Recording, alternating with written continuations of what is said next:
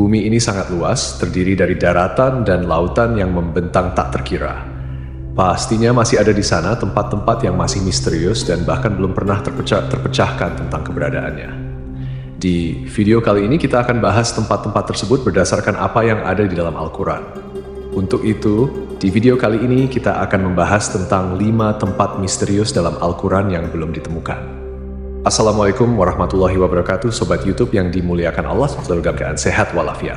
Amin ya robbal alamin. Bumi kita memiliki luas sekitar 500 juta kilometer persegi. 70%-nya adalah lautan. Luas daratannya hanya sekitar 149 juta kilometer kuadrat.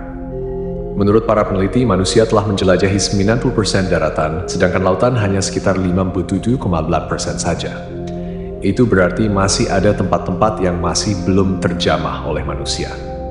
Ini yang menjadi menarik untuk dibahas. Apakah tempat-tempat yang belum terjamah tersebut merupakan salah satu dari tempat yang misterius yang ada di dalam Al-Quran dan hadis? Banyak dari teman-teman yang sudah mengetahui tentang Dajjal. Di hadits dan Al-Quran disebutkan bahwa Dajjal merupakan salah satu dari 10 tanda datangnya kiamat kubro. Jika Dajjal telah muncul, maka dunia saat itu telah diambang kehancuran besar. Dia dipenjarakan oleh Allah Subhanahu wa Ta'ala di suatu pulau misterius dan dijaga oleh seekor hewan yang bisa berbicara yang bernama Al-Jassasah. Ada hadis Nabi Shallallahu Alaihi Wasallam yang mengungkapkan tentang pulau ini, namun Nabi Shallallahu Alaihi Wasallam tidak merincikan secara jelas lokasi persisnya berada di mana. Hanya saja Rasulullah menunjukkan arahnya bahwa Dajjal akan keluar dari perkampungan Ya'asbahan bersamanya ada 70.000 orang Yahudi. Hadits yang diriwayatkan oleh Anas radhiyallahu anhu menyebutkan bahwa Dajjal akan keluar dari bumi di arah timur yang dinamakan dengan Khurasan. Hadits yang diriwayatkan oleh Abu Bakar As-Siddiq radhiyallahu anhu artinya secara pasti bahwa tempat munculnya Dajjal adalah dari sebelah timur dan tak jauh dari daerah yang bernama Khurasan. Maka di manakah sekarang Khurasan itu berada? Kalau sekarang, Khurasan terletak di negara Iran sebelah timur. Sekarang, nama Khurasan dijadikan sebuah nama provinsi di sana. Namun, jauh sebelum itu, sejak abad ketiga Masehi, Khurasan adalah suatu wilayah yang luas, meliputi Iran, Afghanistan, Tajikistan, Turkmenistan, Kazakhstan, dan Uzbekistan. Sedangkan tentang pulau tempat Dajjal dikurung mungkin saja berada tak jauh dari wilayah itu. Banyak tersebar kabar bahwa Dajjal dikurung di salah satu pulau di Yaman yang bernama Socotra, karena pulau ini benar-benar aneh dan punya hewan serta tumbuhan yang tidak ditemukan di tempat lain. Selain di pulau Socotra ini, banyak orang yang mengaitkan pulau Socotra sebagai pulau Dajjal.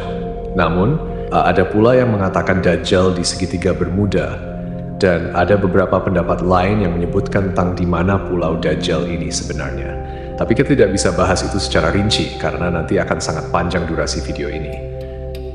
Intinya adalah sebuah petunjuk bahwa tempat Dajjal dipenjara adalah di sebuah pulau, dan satu-satunya orang yang pernah ke pulau itu dan bertemu Dajjal adalah Tamim yang hidup sezaman dengan Nabi Shallallahu Alaihi Wasallam.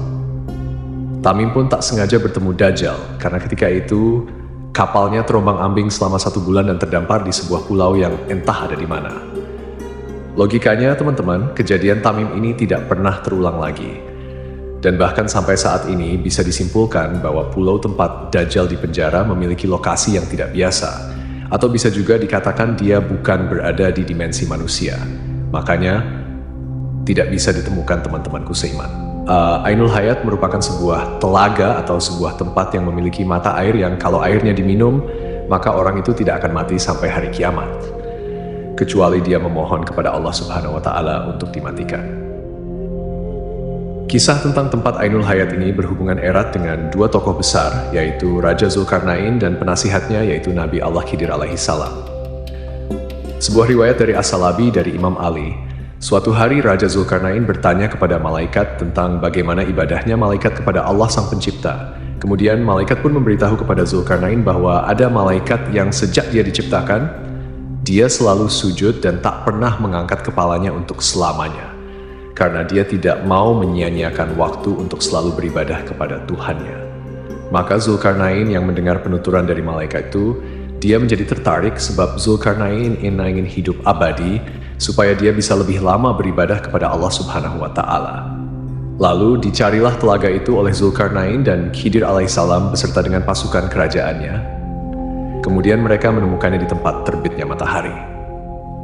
Tempat itu digambarkan sebagai sebuah tempat yang gelap, namun bukan seperti gelap malam hari, tapi gelap karena ada semacam asap atau kabut tebal. Singkat cerita, yang meminum air dari telaga itu hanyalah Nabi Khidir alaihissalam. Zulkarnain tidak meminumnya, makanya ada khilaf dari para ulama. Ada yang mengatakan bahwa Nabi Khidir masih hidup sampai hari ini, tapi ada juga yang mengatakan Nabi Khidir sudah wafat. Kemudian pada abad ke-16 ada seorang penjelajah yang bernama Juan Ponce de Leon yang diutus oleh seorang raja yang bernama Raja Ferdinand. Dia ditugaskan dalam memimpin ekspedisi pencarian mata air keabadian atau dalam Islamnya disebut dengan Ainul Hayat. Tapi sampai akhir hayatnya, Ponce de Leon tidak menemukannya. Dia tewas karena dipanah oleh suku pedalaman dari India. Artinya teman-teman, tempat ini masih misterius sampai hari ini. Bayangkan saja jika tempat ini sudah benar-benar ditemukan, pastilah orang-orang di seluruh dunia akan meminumnya dan tak akan lagi takut akan kematian. Allah Subhanahu wa Ta'ala memberikan apa yang kita butuhkan dan bukan apa yang kita inginkan. Sobat Jazirah Ilmu yang dimuliakan Allah, ini pernah kita bahas di 2 video di channel ini. Tembok ini ternukil di dalam Al-Quran surat Al-Kahfi dan beberapa hadis syahih. Singkatnya, tembok besi yang dibuat oleh Raja Zulkarnain ini berfungsi untuk mengurung 2 kabilah perusak, yaitu Yajuj dan Majuj.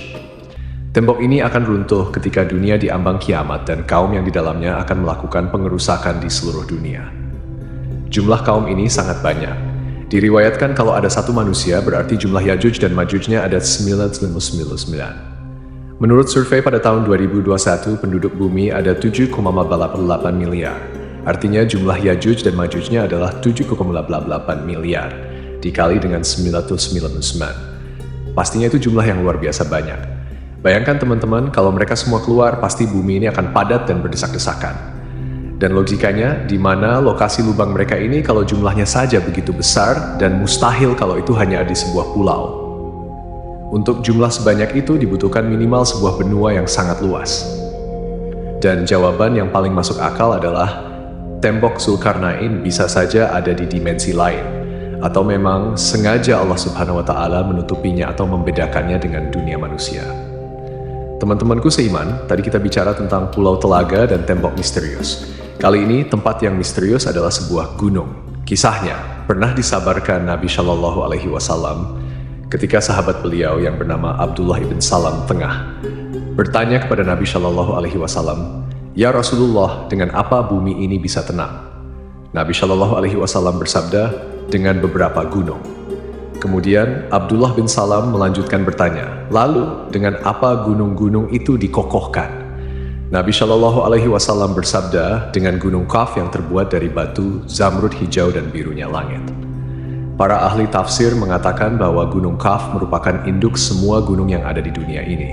Ada beberapa pendapat mengenai keberadaan gunung Kaf ini. Raja Zulkarnain pernah naik ke gunung ini. Mengenai letaknya, ada di antara Yordania dan Arab Saudi. Namun ada juga yang berpendapat lain mengatakan letaknya ada di daerah Yaman. Selain itu, Ediz yang membuat gunung Kaf berada di suatu daerah sebelum Persia, dekat tembok Yajuj dan Majuj. Wali Allah yang berjumlah 70 orang karena menjauhkan diri dari duniawi. Di sisi lain, ada pula yang mengatakan bahwa di dekat gunung gaib ini ada sebuah pulau yang bernama Al-Hadr, yaitu tempat bertemunya arus sungai dan laut.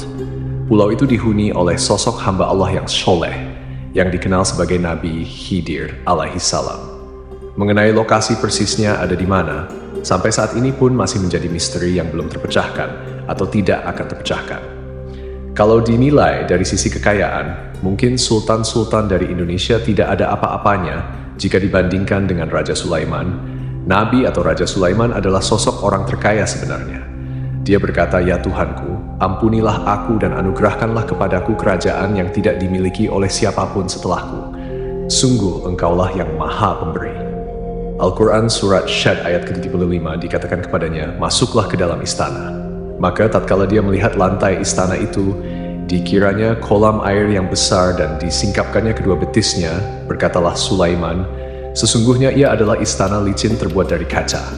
Berkatalah Balkis, "Ya Tuhanku, sesungguhnya aku telah berbuat zalim terhadap diriku, dan aku berserah diri bersama Sulaiman kepada Allah, Tuhan semesta alam.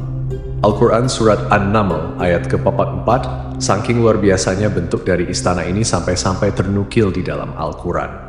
Menurut beberapa para ahli sejarah, istana megah Sulaiman dibangun oleh manusia dan bangsa jin. Makanya, istana dari Nabi Sulaiman ini istimewa, tidak bisa jika dibandingkan dengan bangunan-bangunan modern seperti sekarang ini. Istana Nabi Sulaiman disebut dengan Solomon Temple atau Kuil Sulaiman. Hal ini sesuai dengan literatur bangsa Yahudi. Istana Nabi Sulaiman alaihissalam sekarang sudah tidak ada lagi, alias sudah runtuh. Yang tersisa hanyalah tembok sebelah barat dari bagian kuil bagi orang Yahudi. Bangunan ini dinamai Kuil Wailing Wall atau tembok ratapan. Nah, selama pemerintahan Hizkia, perluasan tembok ini kan sampai ke arah barat yang sekarang kita kenal dengan nama Kota Lama Yerusalem. Pada tahun 2005, seorang arkeolog bernama Eilat Nazar menemukan sisa-sisa peninggalan kerajaan Nabi Sulaiman. Dia menemukan situs pintu gerbang dengan lengkungan setinggi 15 meter yang dinamakan struktur batu melangkah. Maka karena ditemukan benda-benda itu, mereka melakukan penggalian besar-besaran sampai ke Masjidil Aqsa, yang akhirnya memicu kemarahan umat muslim di seluruh dunia, karena ditakutkan bahwa dari penggalian itu akan merubuhkan Masjidil Aqsa. Lalu 2 tahun kemudian, di tahun 2007 ditemukan kembali reruntuhan bangunan yang mereka yakini sebagai reruntuhan kuil Nabi Sulaiman. Kuil itu berada di sebelah Masjidil Aqsa. Walaupun bangunan kuilnya sudah terlihat hancur, para ahli sejarah yakin kuil Nabi Sulaiman masih bisa diangkat untuk dilihat. Dan di lokasi yang sama ditemukan beberapa peninggalan-peninggalan seperti keramik dan perabotan yang terkubur selama ribuan tahun. Menurut mereka, penemuan ini dianggap penting untuk mengetahui peradaban dan kemajuan yang telah dicapai manusia di masa Nabi Sulaiman dan Nabi Daud alaihissalam. Kuil istana Nabi Sulaiman ini, teman-teman, merupakan lambang dan simbol kekuatan serta sebagai bentuk pengakuan atas bangsa Yahudi kepada dunia, sehingga sangat berguna bagi kaum Yahudi. Ya, pada intinya mereka mau mencari kuil Sulaiman dengan cara menghancurkan Masjidil Aqsa yang merupakan salah satu tempat yang dimuliakan Nabi kita. Wallahu a'lam bishawab. Jadi itulah kisah tentang 5 tempat misterius dalam Al-Quran yang belum ditemukan. Semoga kisah ini bermanfaat, lebih dan kurangnya mohon dimaafkan, yang benar datangnya dari Allah Subhanahu wa Ta'ala. Khilaf atau keliru itu datangnya dari saya pribadi sebagai manusia biasa. Sampai ketemu di kisah-kisah seru yang penuh makna selanjutnya. Saya akhiri. Wassalamualaikum warahmatullahi wabarakatuh.